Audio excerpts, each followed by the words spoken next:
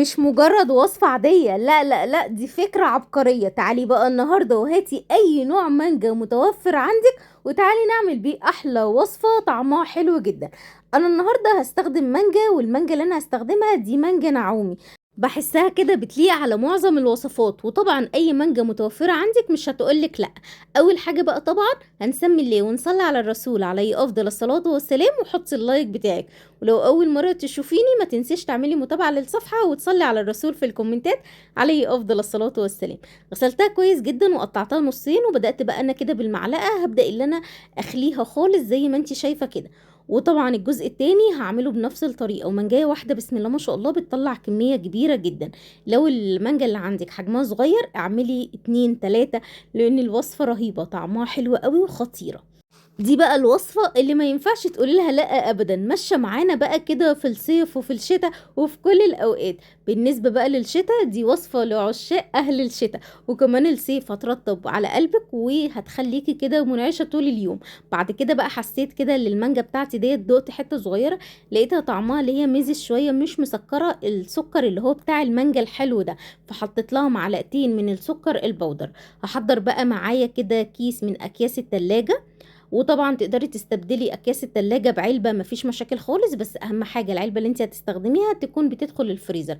انا سهلت على نفسي بصراحة وحطيتها جوه كيس من اكياس التلاجة. هقفلها كويس جدا وادخلها التلاجة لمدة ساعتين، وممكن تسيبيها اكتر من ساعتين بس ما ينفعش اكتر من 4 ساعات. تمام كده تمام. بعد بقى ما دخلتها ساعتين في قلب التلاجة، ده كان شكلها في النهاية. هبدأ بقى ان انا اقطع الكيس كده عشان اخرج المانجا منه. وطبعا هحضر بقى معايا الكبة او الخلاط، لو مش عندك كبة هتعمليها في الخلاط هتبقى خطيرة برضو. احط بقى المانجا وهي مجمدة كده شوية، لو في الخلاط استني عليها شوية لحد ما تبدأ اللي هو ايه التلج كده تحسيه اللي هو بيجرش معاكي. خلاص كده خلصت الكمية كلها، هنزل عليها بمعلقتين كريم جانتيه. وطبعا الكريم اللي انا مستخدماه ده مش محلى، عشان انا حطيت معلقتين سكر في الاول. لو هتستخدمي كريم محلى مستحب تدوقي الطعم في النهاية قبل ما تحطي معلقتين السكر اللي انا حطيتهم. بعد كده بقى هضرب مع بعضه كله كويس جدا لحد ما القوام يبقى معايا كريمي قوي. مستمريه بقى في الضرب، وقفي شويه واضربي شويه، وقفي شويه واضربي شويه لحد ما تديكي القوام اللي انت هتشوفيه دلوقتي دوت. صليتي بقى على الرسول؟ طب لو وصلتي معايا لحد هنا ما تنسيش تصلي على الرسول في الكومنتات عليه افضل الصلاة والسلام. ده القوام اللي انا عايزاه. في اي علبة بتدخل الفريزر بقى هبدأ اللي انا انزل بالكمية كلها بالشكل دوت كده. عايزه اقولك خطيره والريحه جباره. انت لحد دلوقتي هبه ما قلتيش انت بتعملي ايه. بعمل ايس كريم مانجا يا جماعه، بس مانجا طبيعيه، يعني ايس كريم طبيعي من غير مكونات ولا الوان ولا اي حاجه خالص. ايس كريم طبيعي، وانت بتديه للولاد ياكلوه او انت بتاكليه بتبقي مطمنه ايه اللي جواه. كمان نقدر نستغنى عن معلقتين السكر ويبقى ينفع للدايت كمان. يعني كله فوايد كده وطعمه حلو قوي ولذيذ.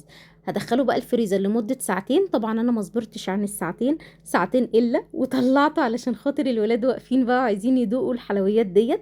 خطير يا جماعة، من احلى واطعم الوصفات بتاعة الصيف. ومش الصيف بس، لا الشتاء كمان. عشاق الشتاء بالنسبة لنا احنا بناكل ايس كريم في الشتاء مفيش مشاكل خالص. طعمه حلو جدا ولذيذ، ان شاء الله باذن الله تعمليه وتجربيه. ينفع مع اي نوع فاكهة موجود في السوق ان شاء الله باذن الله. لما تجربيه هتدعيلي.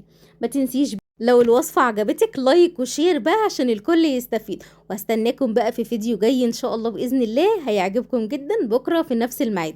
انا بنزل فيديو كل يوم من 9 ل 9 ونص بالليل. عايزة اقول لكم بقى الفيديوهات اللي انا بعملها بحب عشانكم كلنا بنستفيد مع بعض ان شاء الله باذن الله. وصفات تعجبكم، بحبكم جدا، وسلام عليكم.